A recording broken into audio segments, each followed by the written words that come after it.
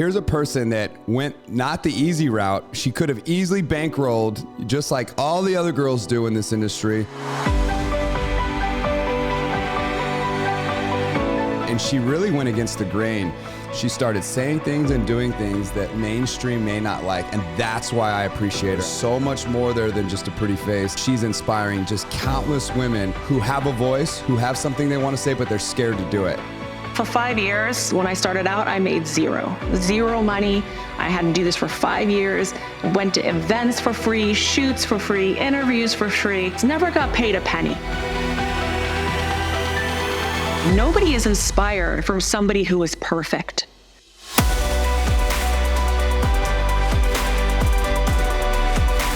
You've been a steward of your beauty, but you've done it without compromising integrity or class and all the other things.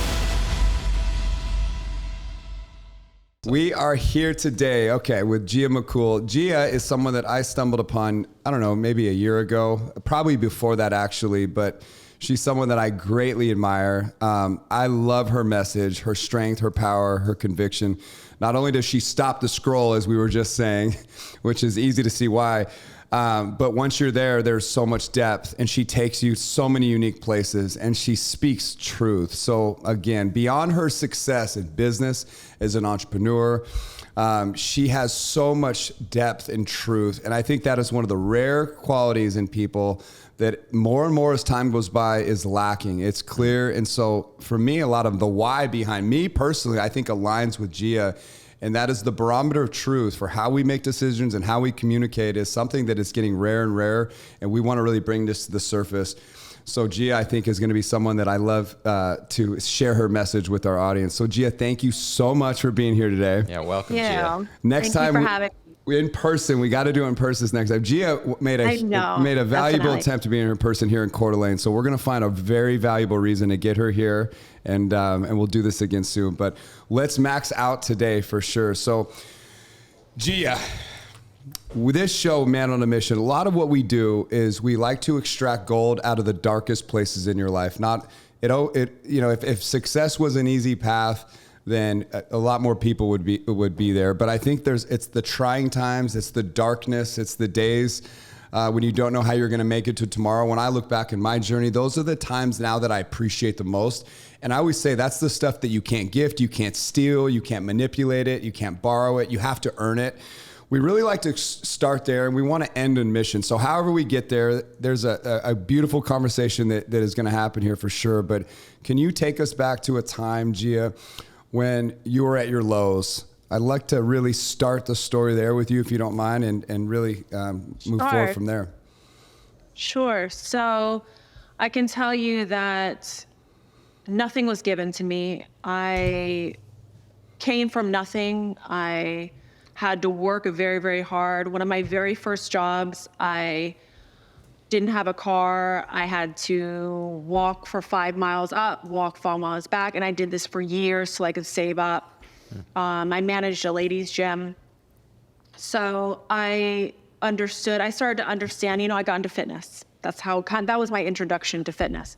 And I had to work and get through it. And I remember that for me, fitness is something I think either people love or they hate. And I'm noticing that mentality with people when I meet it. They either love it or hate it. So there's something deeper than the physical, which I believe is the mental part of it. There's a certain mindset that takes to fitness. It's understanding that within every struggle and every single challenge that you come across, you can either push forward knowing there's something better on the other side, or you can give up and stay where you are. And everybody who is successful, whether in relationships, in business, in social media, whatever you're doing, there's always that point where you have to go, this is getting really hard. I don't know if I can do this.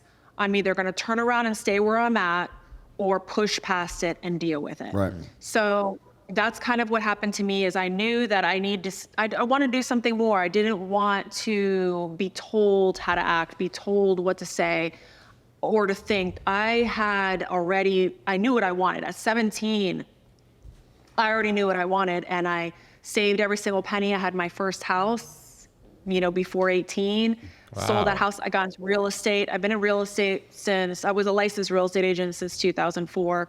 But I had my first house way even before that. I just knew that investing was a way that I wanted to go. I wanted a diverse platform to be able to do all the things that I wanted to do. And I knew that wasn't going to come from having a 9-to-5 job. Right. So when I got into the fitness, I was like, I want to get on stage. I want to compete.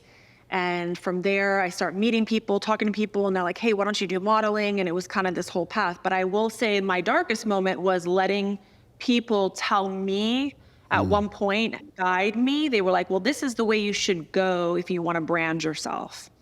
And they were looking at it from an easy standpoint and what's quick and fast money. And that's what happens in social media with being and having influence, is that people tend to go to what's going to be quick and short term. They want to see the returns right away, but that doesn't actually give you long-term success in this industry. And that's why you see so many people come and they go, because they're doing the easy, quick stuff and they're not taking time to build relationships. Yeah, 100%. So here's a person talking, you guys, whoever's listening out there, like 8 million followers across their platforms, millions of impressions. This is someone who's literally left a mark in a lot of unique ways. And her story really starting with fitness is interesting. I think number one, everything she's saying just there was someone in one of our coaching groups recently that said he's a musician, but he's an incredible musician, but he hangs a lot of the billionaires in our community in Hollywood. People kind of live in the same community. He does music for them. They fly him around the country. So he's in this elite class of people, but he's super talented, very savvy, and he's a real estate investor himself, but he's very young. He's 24, right? 24. Yeah. But he was on stage describing this his story, and he was using this this term that I can't remember exactly what it was, but essentially was success in any industry all looks the same. So you just described fitness, like the scar tissue, the pushing past the pain, and it doesn't matter what you do, it's all the same. It's literally a template, so you can extract gold out of just your description of fighting through in the fitness world, but your approach to everything in life should really be the same. I just want to draw that point out again, whether it's real estate or podcasting, you just have to keep fighting, building scar tissue, failing. But here's a person that went not the easy route. She could have easily bankrolled just like all the other girls do in this industry.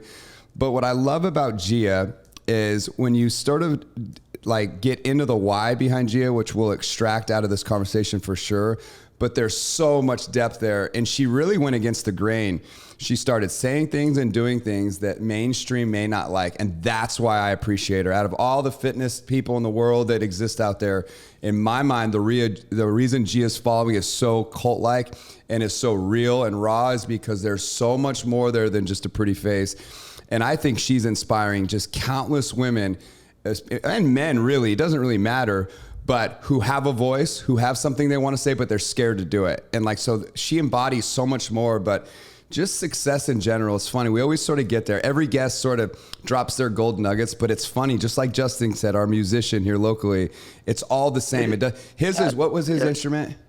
He plays the fiddle. A fiddle. He plays a fiddle. Like he said, a fiddle was never going to make money. It was never going to be popular. That's so interesting. Yep. But he made it. And now he plays for billionaires. He's living in his passion. He's now making enough money to invest, and he's becoming a little developer here locally.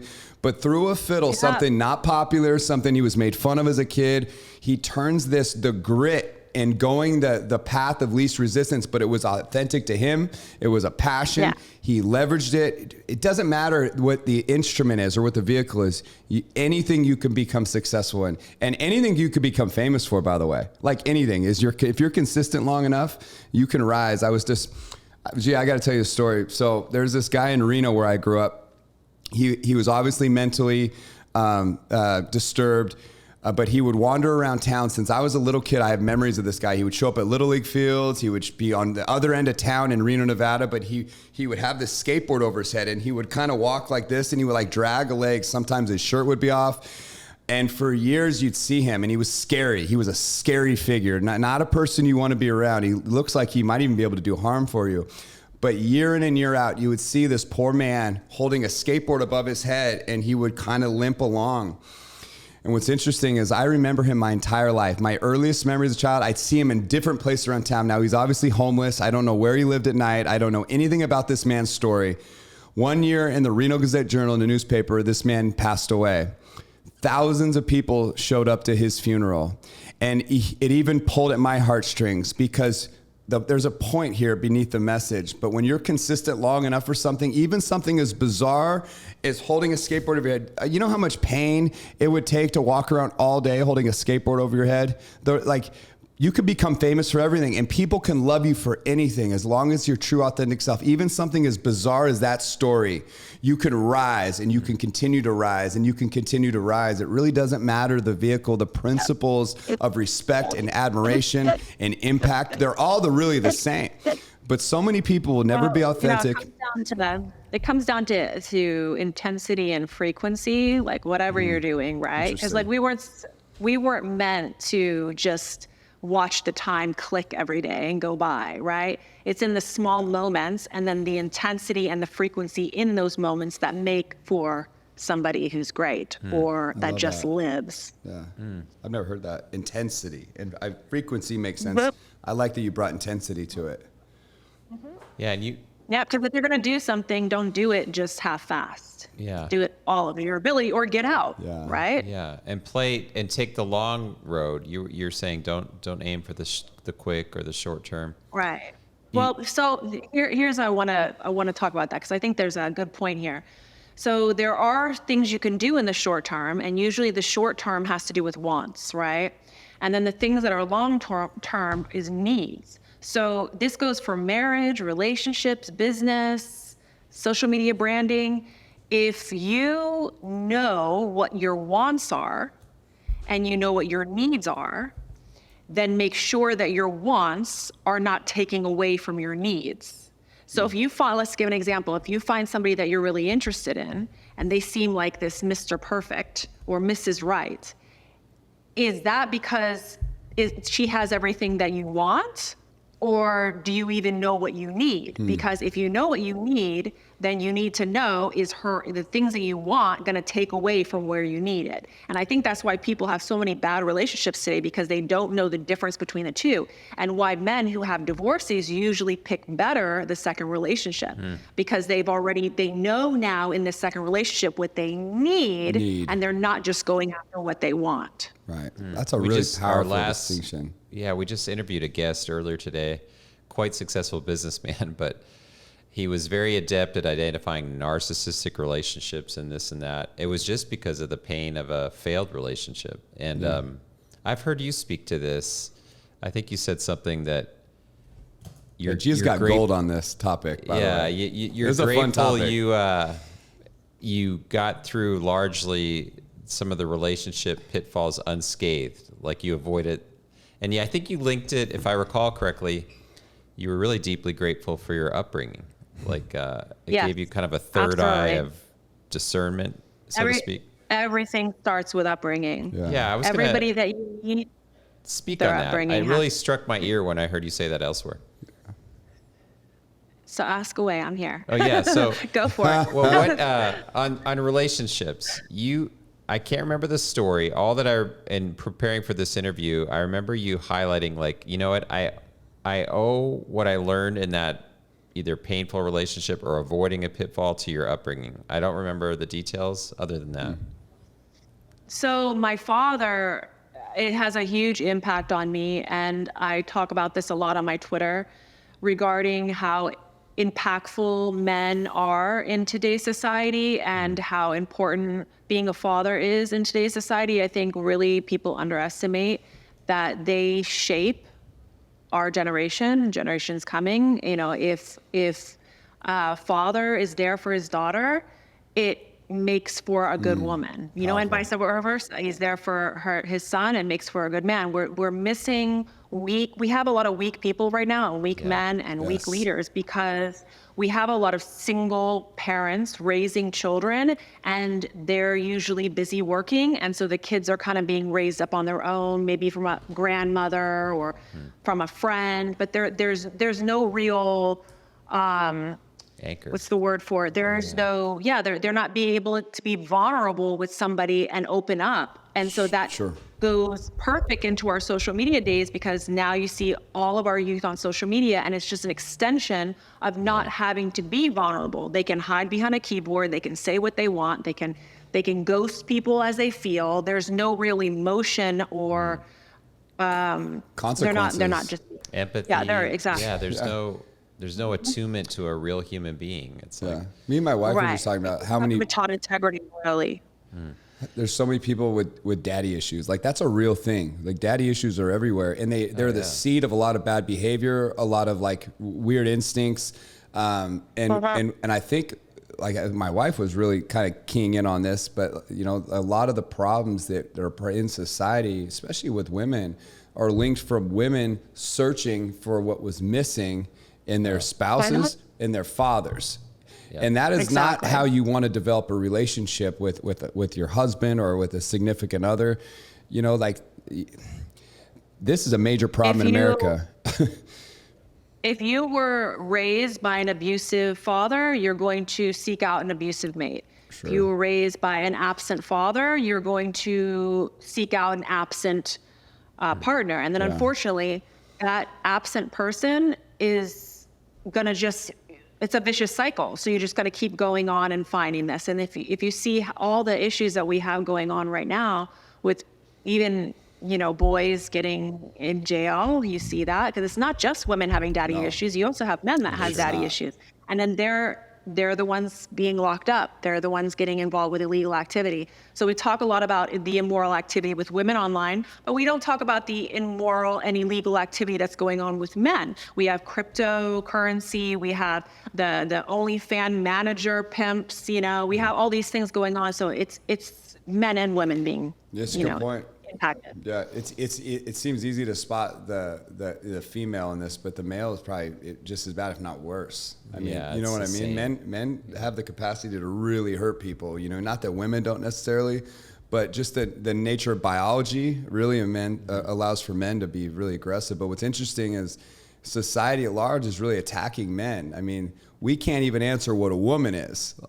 But the attack on man seems just as deadly as an assault on things that we grew up to be really logical. Like, you don't have to be educated on this to just know simple biology. It's built into our DNA.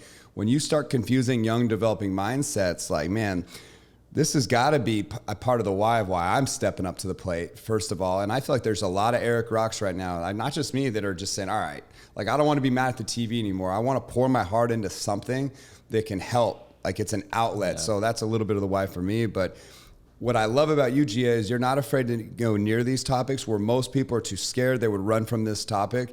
But that's part of the reason the problem has gotten so big, is like, it's good people have turned their back on this thing that they know is wrong, and they're not saying anything. So let me ask you, why do you feel, Eric, that just men are being attacked? What do you think's the core issue behind it, our root issue?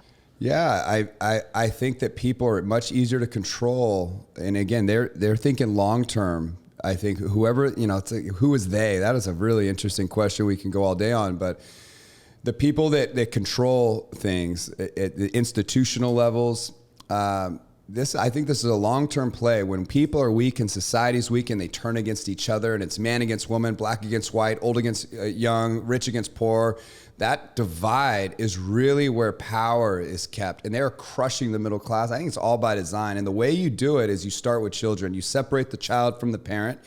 And again, like, they do it in ways that you wouldn't recognize. And this is my opinion, but they do it in ways that you wouldn't recognize as a separator. Like, even with Common Core math, like, the parent used to be able to jump in and help the child, right? I can no longer jump in helping my nieces and nephews out if I see an issue in math, because I don't understand.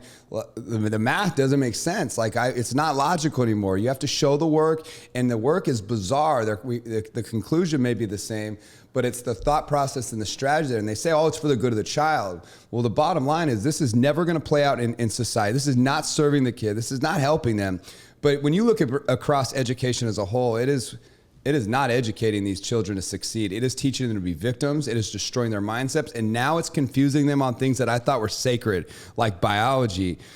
Though, and it's not just men. Like it's girls and boys. Like, and it's sickening. I was just going to say that. I was just going to say that because I really can tell you that it's not just masculinity that's being attacked right now. Okay, please elaborate. It's a divide between the sexes, because if you think about it like this, a man and a woman that's in unity, really, they offset each other's weaknesses and strengths. Right. So a strong woman and a strong man put together really are the ultimate strong team, right? I mean, Totally agree. they offset each other's strengths and weaknesses. So if you tear that apart, now, no matter what you do, that man is always going to be missing something. And no matter what you do with her, she's going to be missing something.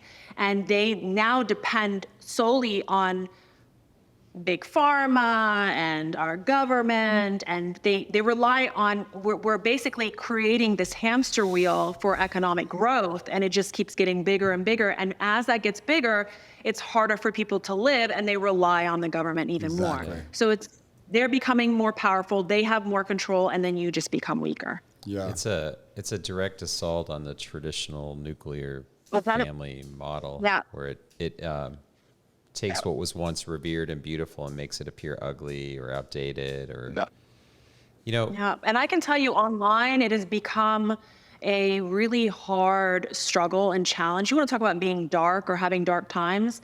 There are so many days that I just want to close down all my social media networks because I am attacked. As long as I was putting modeling photos, everything was fine. It was peachy. Sure. Everyone was happy. You were goddess. You were queen. This nonsense you hear online. And I just really saw through it. I saw through the fakeness. I couldn't take the fake crowds. And so I just start pulling away from that. I start posting less and less. And I start really putting in important matters, things that people can help people through their day-to-day life. And when I started that, I started getting attacked. I mean, just blatantly attacked. I start having people steal my images, impersonate. Now they're making up stories online about what I do and what I don't do because they can sell, this fantasy.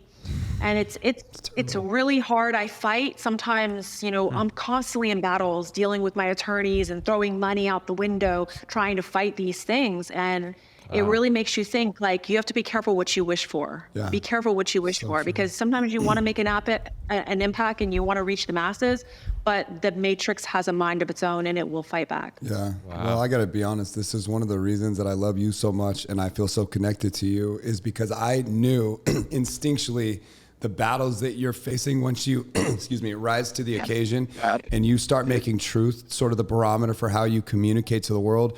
Once you start going against the grain, now it seemed like this happened quick. It seemed like it kind of compounded so fast. Because it wasn't that long ago when debate was welcomed in school. When I was a kid, like, debate was a big deal. Now it's like, well, you can't debate if you have a different opinion. Like, we need you to debate within the realms of of one sort of ideology.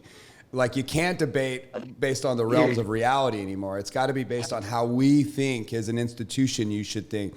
And they should just shut you down. But you got to think, like, we don't have pop culture. We don't, like, people that think like us don't have the media on our side. You don't have the education system on your side. Like, all the traditional vehicles that really have an impact just naturally in the world have been shut down.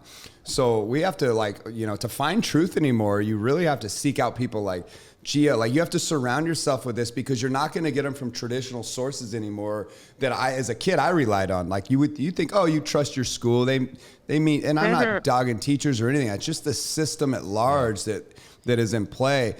But I think the reality is for someone like Gia to literally go against the grain is foolish. It makes no sense on the surface. She could literally cash flow all day from just her looks, her body. I mean, she could killed in that space. I wouldn't go that route. I would just get out of it and live my life with my family. There you go. Even that, much easier. Yeah, I can tell you that I wouldn't feel right. I wouldn't feel right. It's almost like the principle now. It's like it's a principle. It's all about just, hey, I'm not going to let you win. Good. I love that, Gia. I mean, Gia does two things that are really dynamic. Gia stops the scroll, and then she has a powerful, potent message that you can digest. Like, it's a beautiful way to impact. But I would just say this, like, I want to give this, like, just from a little old me. like the world needs more use. Like you're using all your assets correctly. You're telling the truth. And like, there's a lot of young women out there that they need those influences to come in the filter of all the other noise that's hurting them. Yeah. And boys too, but this is the why, right? I mean, is this not the why beneath it all? It's like, all right, we have to show up where kids are addicted. You can't just avoid it, because you just said it, like, oh, on some days it'd be so easy to just shut this shit down. Like, I don't need to do this. I don't need to do this. It's a lot of effort. It's a lot of stress. It's just, I don't need to do it, but we're going against the grain, we're fighting, but it's because of these children that we're doing this. Yeah, absolutely. Gia, how would you advise, kind of building on what Eric just shared, like, there's this idea that we're all to be a steward of our assets, you know, whatever our situation, whatever we're born with. And one thing I admire in your career is that you've been a steward of your beauty, but you've done it without compromising integrity or class and all the other things. So if you had, and this is an interesting question, like it could get into brand or integrity, but if you had a young woman today, starting out today, and you were to mentor her, say she's just incredibly beautiful, like God made her beautiful. And I feel like, look, if you're fast, take advantage of that. Run. If you're beautiful, take advantage of that. If you're good in business, if you're a scientist, whatever it is. Whatever your highest and best use is, right? Yeah, exactly. Be a steward of your opportunity. Sure. And so what would you advise her? How would you like coach her to navigate wading into these waters? Because just like Eric said, you know, the option to just stay out is an option, but that you're not serving people. It's funny that you asked me that question. I would say every month or so, 1 or 2 girls that I have conversations with, and I'll spend an hour, 2 hours talking to them and really going over this exact same things that you're asking right now. Is they are 17 and they say, well, this is what I want to do, and I want to find a way to become an influencer online. And they always think in terms of money. They're always, every single time, that's the main reason why they're starting. And I usually ask them a series of questions, like, show me a couple pages that you find online that inspires you. And minus my page, they might pull 1 or 2 other girls' pages. And there's all these bikini images, you know, on the pages. And I said, okay, so your goal and your want is to make money online, but how are these girls making money? Can you tell me how they're making money? And they'll turn to me and they'll say, I don't know. I mean, I don't know. She seems like she's always traveling and she's some beautiful exotic location and these glamorous, gorgeous photos. I just want to do that. And I'll say to them, okay, is there a link in the front of their page? Look, or do they have a YouTube? And finally they're like, oh, it's an OnlyFans page. Yeah. And I have to go, yes. I said, you cannot get into this for money. Sell your soul. If your goal is for money, go do something else. Go find something. There is a million other things you can do in this world to make money and make way more money than being online. I'm going to be honest with you. Like the type of, for 5 years, when I started out, I made zero money. I had to do this for 5 years, went to events for free, shoots for free, interviews for free. It costs you. All these things for free. Yeah, I even had magazine covers done. I never got paid an ounce, never got paid a penny. And I try to tell girls, this is not about money. You have to have something bigger, and it has to be bigger than you. It can't be about, oh, I want to be glamorous. I want to be, no, because then how is that relatable? How is that inspiring anybody? Nobody is inspired from somebody who is perfect. If you are perfect all the time, how does it inspire you? You need to be imperfect. It's the people who are flawed. It's the people, I'm a flawed human being. I've made my mistakes. I've done stupid things. I've let people direct me in shoots, and those photos ended up in the wrong hands. And, you know, I've had my flaws, and it's because of those flaws, I can help now people because I'm in their shoes. Right. Nobody wants to see perfect. You have to have something bigger than yourself. So that's what I would tell it to do. I love that. And you reminded me of this statement that plays over and over again in my head. And it's really, really helpful for me, especially as I pursued building an actual personal brand alongside other real brands and businesses that I built. But it was this whole notion that it's really easy to impress people, and I could show them all the wins. And yeah, I might impress them. But but I'm really not going to move anybody. If you really want to move people, it's going to come from the dark years in your life, the downside. It's going to come from the failures.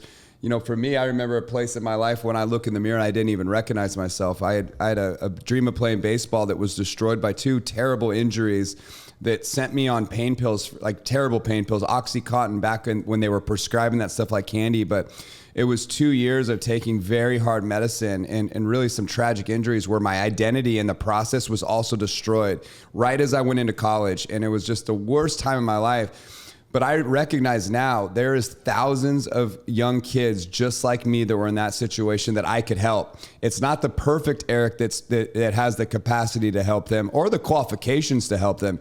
It's the one that went through the same shit that they're going through.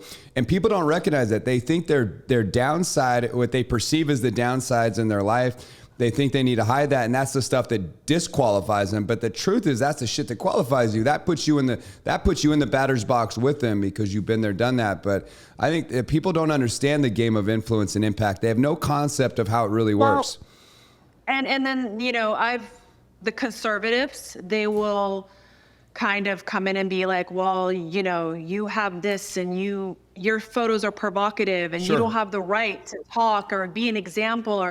And I try to tell them that, you know, nobody likes boring people. And one of the reasons why the liberals are so desirable amongst our youths is because it seems glamorous. It seems fun. Everything goes, right? Yep. So if we are always going to act like we're holier than thou and, you know, we're going to sit there and judge everybody off of every mistake they did, how is that going to, you know, make it desirable to our youth? Our youth want to have fun. They're not thinking about, look at this, the example of the girls I was trying to coach. They're not thinking about long term. They're just thinking, I want to travel. I want to be beautiful. I want to wear bikinis on the beach. So now you have to show them, okay, if you want to do pictures like that, understand, you can do them. But now this is what the outcome is going to be. Are you prepared for that? And then they go, okay, now I make a choice going forward. And now I'm accountable for those choices. Yeah, that was gold, by the way. Like that, if you could rewind that and like restart that sentiment, that was perfect. One of my big things is like, shit, can we make conservatism cool again? Because you know what? It's interesting. Like conservatism to me, like I look at The Rock, Dwayne the Johnson. He very rarely goes near politics. He made one crucial mistake, which I've given him a pass on. I won't hold it against him. But I like The Rock. And he preaches winning. He talks about first place. He talks about being the hardest worker in the room.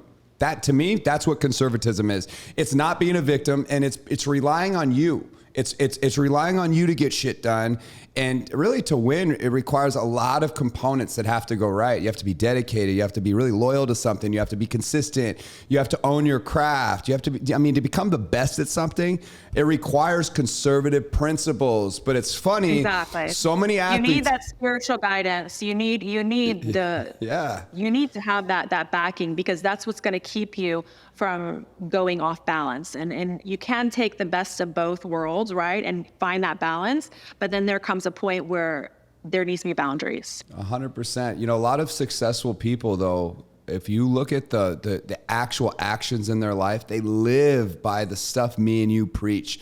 But when it comes out of their mouth, sort of disaligns with the true nature of their actions. I always thought that was interesting. Like those people running a racket, but that's okay because they're fitting into mainstream norms. Why? Because they're in Hollywood. Like these people are so far from fucking reality. Like number one, it's a bunch of bullshit.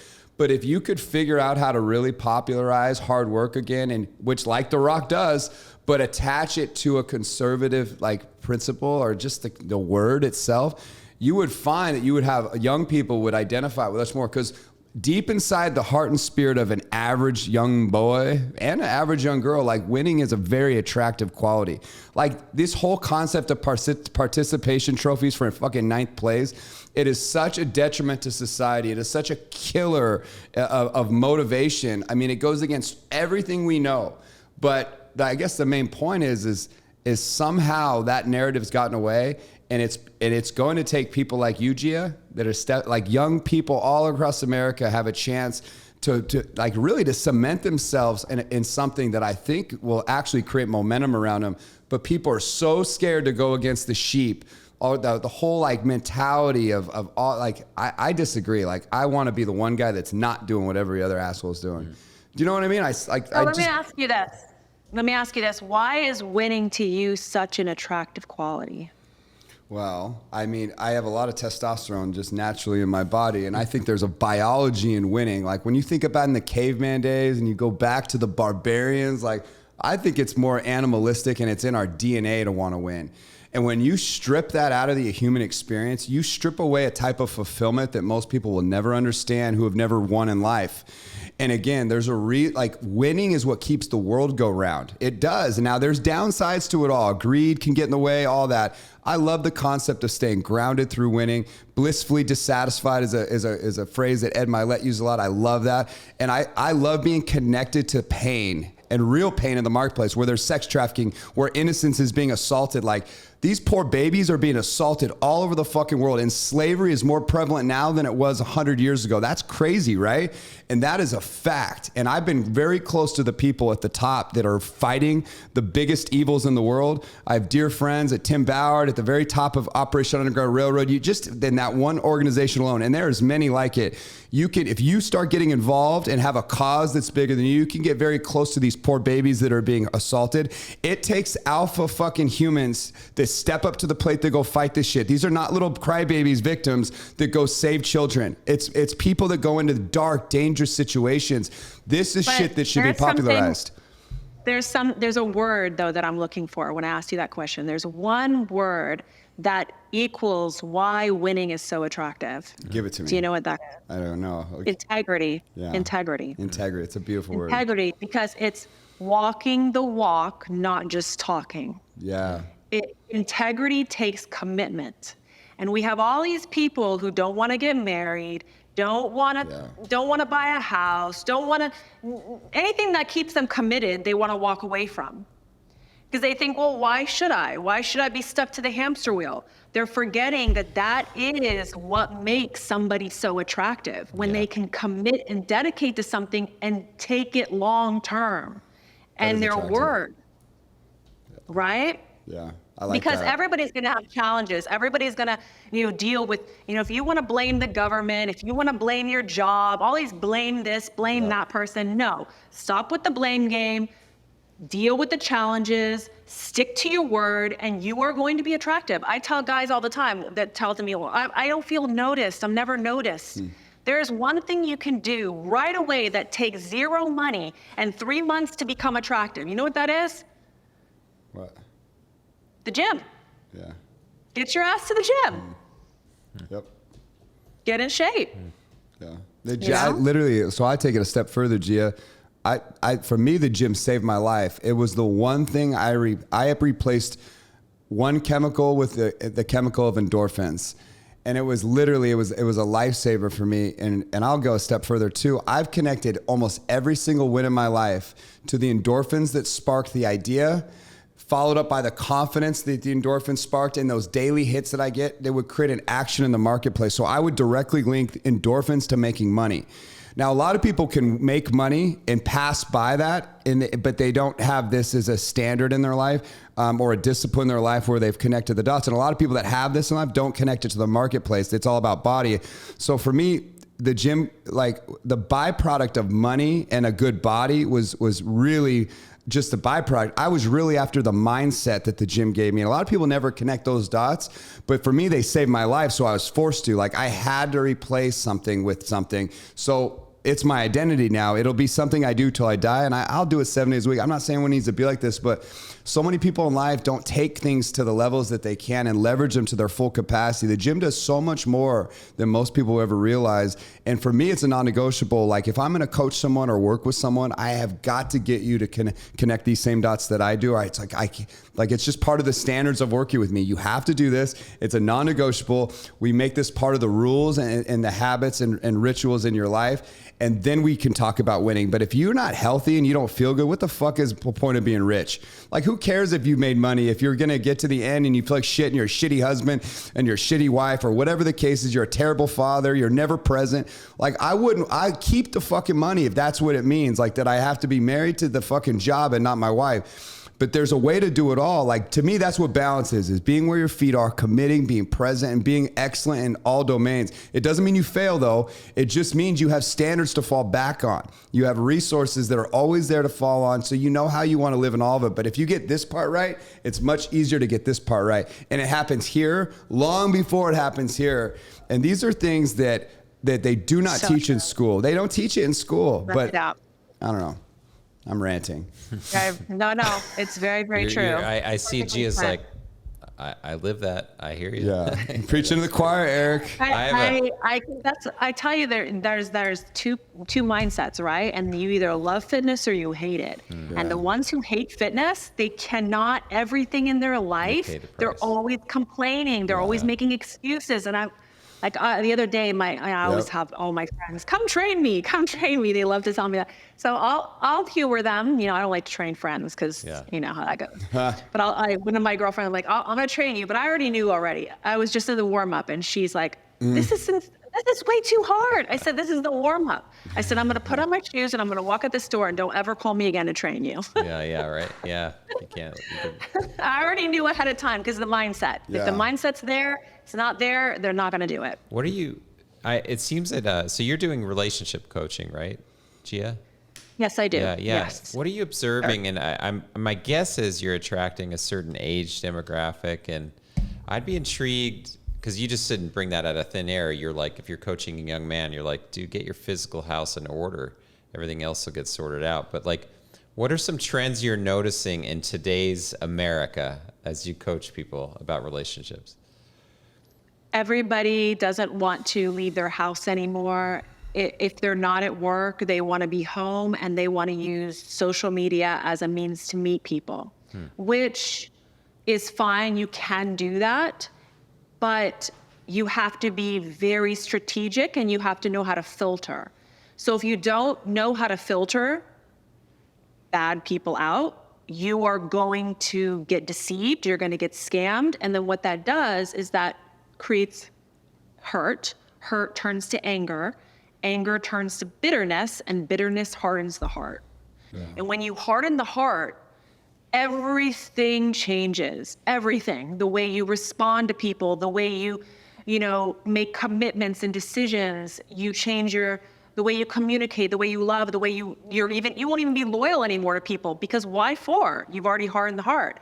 And the only way to get rid of that hard heart is to be kind, to be compassionate, and to forgive. And to forgive is so hard. It's so hard when you've been hurt. So I always tell people, try to get offline, shut off online, go out and meet people in person. That face-to-face, you can't fake it face-to-face. I feel like, I just want to add to this.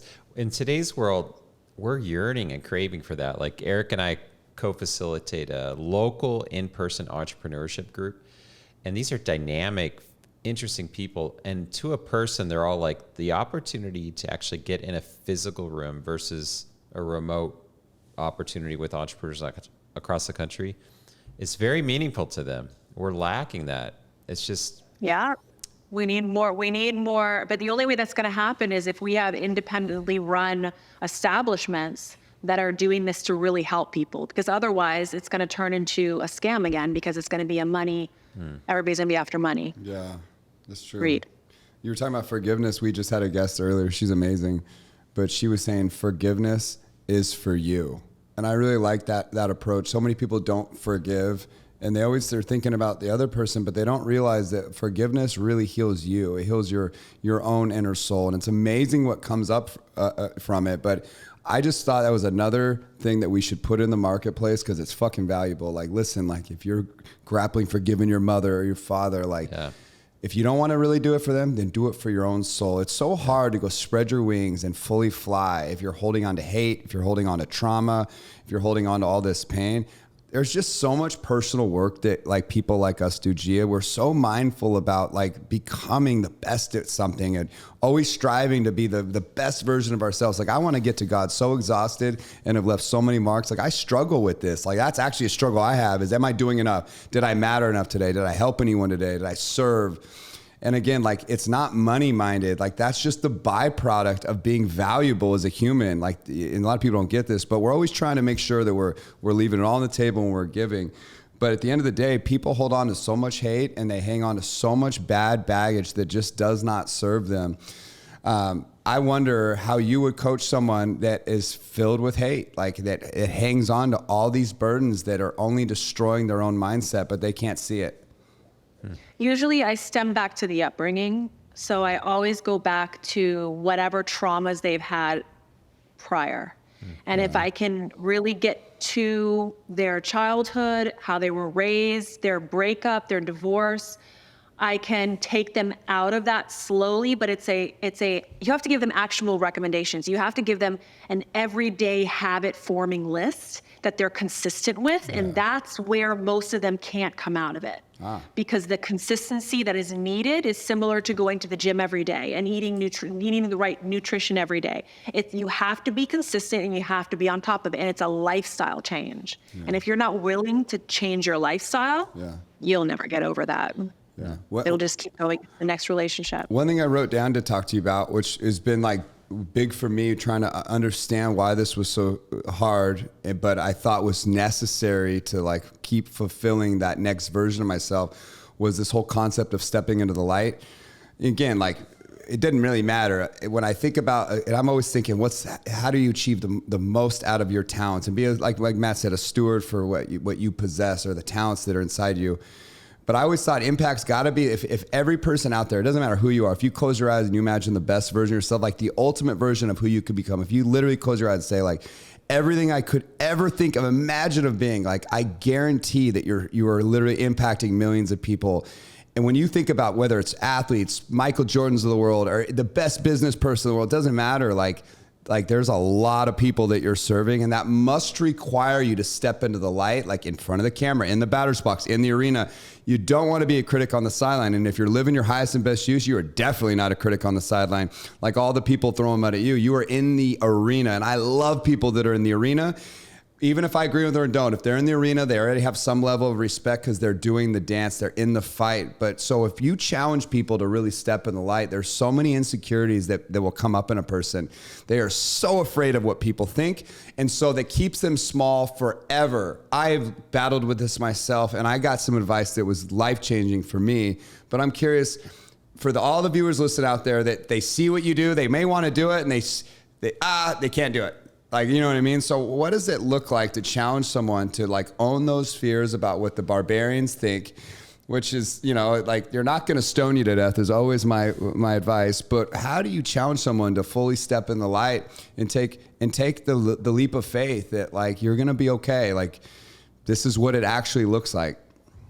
You have to take them out of the perspective that they're being their highest, best self. And I'll say, and I know that sounds kind of like, what? When you come at them, you can't say, do you want to be in your highest and best self? Because to most people, that's like, unattainable? Well, I don't know. I want to be rich and I want to drive a nice car. And that's what they're seeing. Okay. You have to go much deeper. You have to find out what the expectations of everybody they've ever surrounded themselves with their entire life. You have to get them to break those expectations and start living for them. And when I say that is, you see every single generation that you look at, right? Your parents, your grandparents, you see this very similar pattern that each time they have kids, those kids have more kids, and that legacy is passed down to the next, right? And you wonder why all the habits, all the struggles, all the challenges from every generation just keeps traveling down to the next family. It's because nobody breaks those chains. No one is able to say, I'm not going to listen to my mom and dad. I'm not going to listen to Joe Smo down the street. I'm going to not do what they expect of me. I'm going to do what I expect for myself in the future. And that is the change here. That is really what the highest and best self is, because when you can actually break the chains of your family and your expectations for your family, then you are, in a way, living your highest and best self because it's what you want. It's really, it comes down to what you want. It reminds me of the psychological concept by Carl Jung. I think he called it individuation, where you have the courage to. I've never heard of it. I'll have to look it up. Yeah, it's like where you have the courage. You have this is exactly as you stated. Actually, it's like spot on. Where you have you're growing up in a certain family environment, certain social environment, where you have the courage to be true to yourself despite the grief you'll get or the consequences. Exactly. And you're really you're not a free, whole human being unless you've gone through that. It may not mean that you reject your family necessarily, but so it sounds like what you're saying is like you help people become unencumbered by those kind of things. Exactly, because I talk to people and they tell me, I said, well, what is stopping you from getting married? What is stopping you from getting this job that you want? And they were like, well, I have to prove to my family and I have to prove to my mom and I have to prove to my dad. So I can't go this route, or I have to prove to my husband. It's always somebody else. They're people pleasing. And then before you know it, they think they have all this time. And death is right around the corner. People don't understand how quick death is. I lost my father very recently, and he worked himself to the bone. He worked 7 days a week. He never took a penny of anything that he worked for. He always gave it, and he never lived life. And when he died, I was the only one there. And I can tell you that I vowed that I would never do that for myself. Yeah. Wow. I would never. When did you lose him? 2018. And when you say you were the only one there, you were there at his death? Yes, I was the only one there. I have two brothers, but long story short, they weren't there. And I can tell you that it's a long story, it just, it opened my eyes. It changed a lot of things for me. It was then my brother died. Oh, I'm sorry. 2 years after. Then my grandmother died a year after that. So I learned, that's why I'm telling you, pain, within the pain, you grow. You start to learn the difference between your wants and your needs, and you can either come out in the light or dark. I would say this. I'm so sorry for your loss. I too went through a bunch of really painful deaths where I lost people that were just pivotal in my life. And in the process of that, coming to grips with those realities for myself, it really forced me to look at my own mortality, which I never done in my life before. This all started happening. I lost two uncles, my grandpa, my grandma, but it happened in my mid 30s.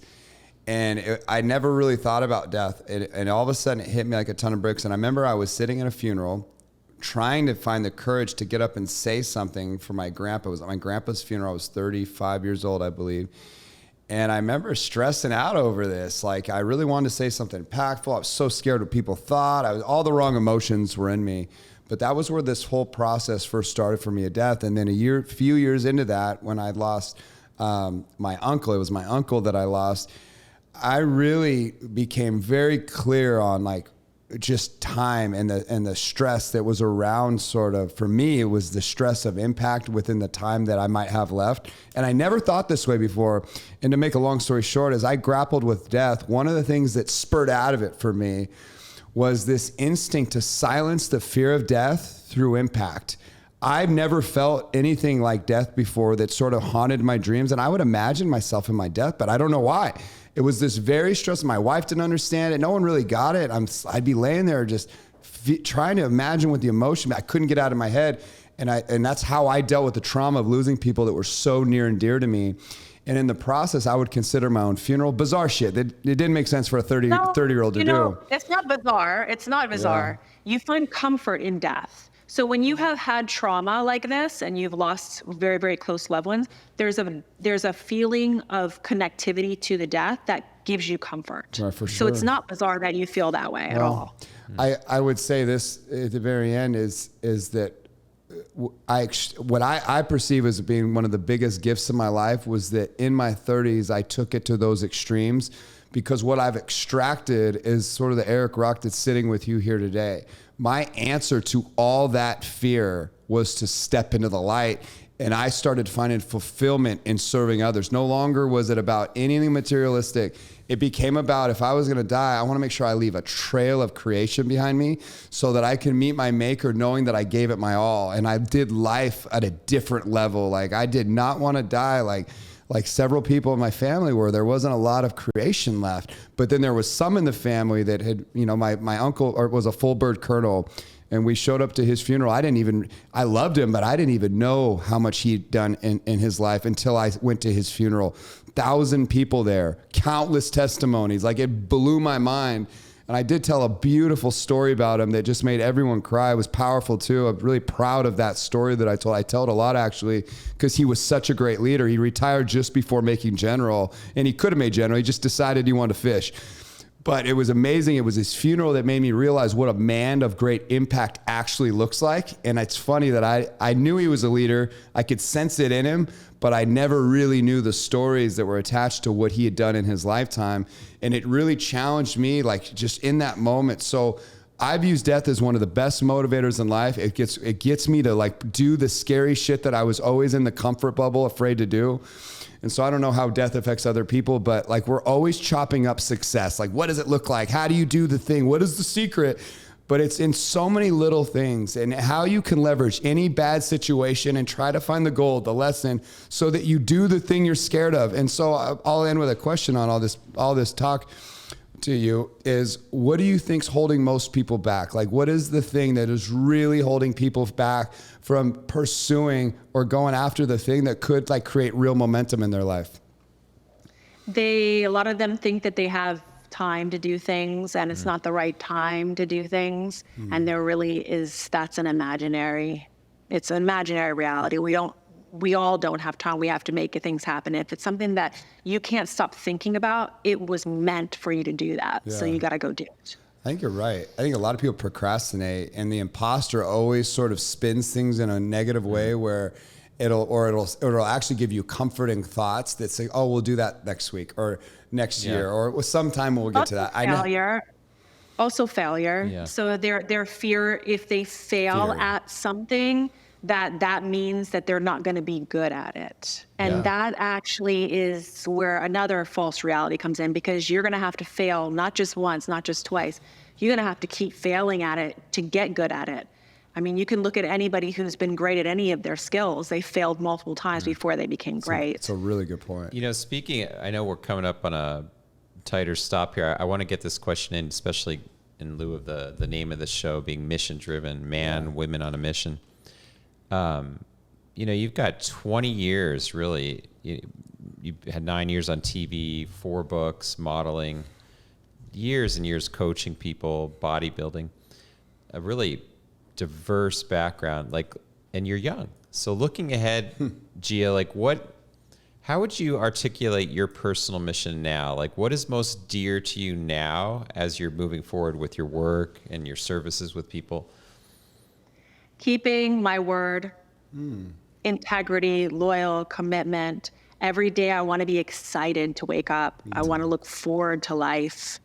Life is exciting. There's so many things. It doesn't matter how old you get. There's always something to learn. So one of my pet peeves, since I started my first job at 10 years old. I know. I've always been working. I'm a worker bee. But I can tell you, one of my pet peeves was I was going to learn something new every single day. And that has stayed with me for years. So every day I got to learn something new, whether it's watching a YouTube, reading a new book, learning a new skill. As soon as I feel like I've learned everything there is to know about that subject, it's time to move on to something else. It's time to learn something else. And that has really kept me going. And I don't think I'll be retired still doing things. That's fantastic. I don't think I can think. Yeah, I don't think keeping your word, that's powerful. Like, life's an adventure, learning, but also keeping your word. Integrity, it's come up over and over again with you, and it's really it does. It's moving to see someone value it so much in the space you inhabit in terms of helping people brand, coaching. Yeah. And I want to say that I want everyone to understand, in the end, no one has power over you except for you. Yeah. No one. So I don't care what's going on in your life, who you're surrounded with. You have to give them power for them to have power. That's true. So you can't allow anyone to have power over you. You have to have in your actions and your daily thoughts, you have to take control of that. You're free as a bird. You really are. Yeah. Gia, you're such a special guest. There's one thing that's like common in all these cool interviews we do with all these amazing people. Like, you just kind of halfway rambled off Gia's stats. Like, go look her up. She's a Titan. You have no idea like how cool these people are. But All of them are living inside their passions. At some point, you realize that the people that get on podcasts all the time, that have a large audience, there's a reason why. It's not on accident. Like there's a reason, and the primary like singular thing that connects them in my mind is that they are all living inside their passions, and they're like really performing like this game of life. It's so beautiful. And so many people get stuck in a life that they never wanted, and they just feel stuck. This should inspire you. Like it should, like get out, like go do the scary thing. Like get into action and really have principles that align with things like Gia's talking about.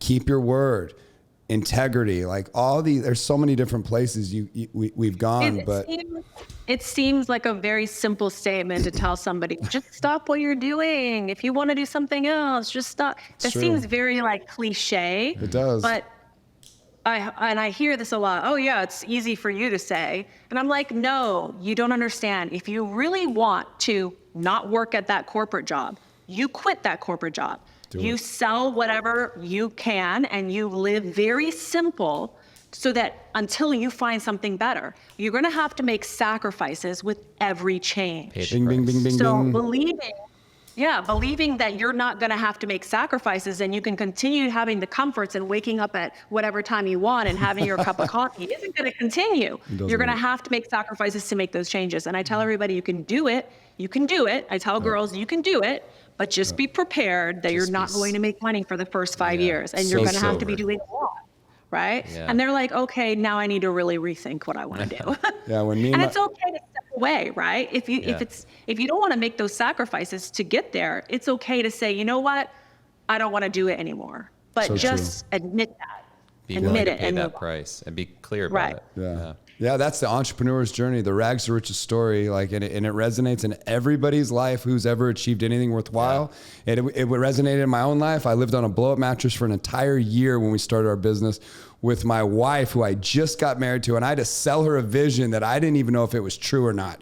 Like, I might have been lying myself, and like I did everything it took to get enough to courage to say yes. We sold our car, we banked that money, and we started our business from like literally thin air. We moved to a different state. We burnt all the bridges, but you start becoming very resourceful. It forces you into this uncomfortable position. Every customer that would walk in the door became gold for me. And I would leverage all those relationships, and I would die for my customers. Like, that's how important they become. But you don't know that until you burn the bridge, until you sacrifice, as Gia just described. But you're right. You can't have your cake and eat it too. If you want to be successful, you're going to have to make hard decisions, and you're going to have to live way below your means so that you can let your dream grow and flourish. But you can't be like having all this leveraged fancy car. You know, you see a lot of people try to do, like she just kind of described it. And I think it's that common that you want to be comfortable, but you also want to be successful. Unfortunately, those things do not go hand in hand at first. It takes time. She said 5 years. I always say it takes 10 years for any real seeable results to come through, but it doesn't matter. The point is this is a long-term play, and it must become your identity. Like, there's no overnight anything, no 7-minute abs. That's all bullshit. It is like the lottery. It's such a lie. It doesn't exist. I love you, Gia. Thank you, Gia. Love you too. Thank you, Eric. Thank you, Matt. It was nice finally meeting you. Yeah, likewise. I hope we get a chance to link up in person and do some more. Yeah, if we can get you in person, it'd be an awesome interview. We go. Coeur d'Alene's a beautiful place. We'll be. It's your type of people. I get to live through your videos, Eric. I get to see the scenery in the morning with my cup of coffee. That's my scenery. Yeah, grab your husband and come up. Bring here. him up here. Your husband will love it. It's his people for sure. So we didn't even talk about your husband. Maybe next time we'll save that, because he's got to be a stud. I know he is. But with Gia, we want to send people your way. Where can people go into your world, connect with you?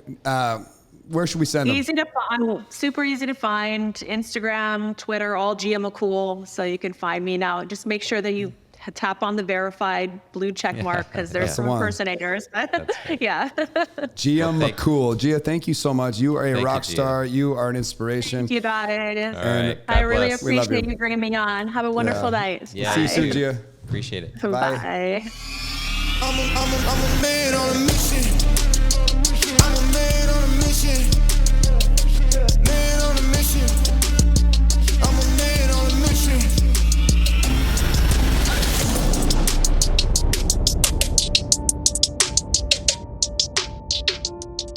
you.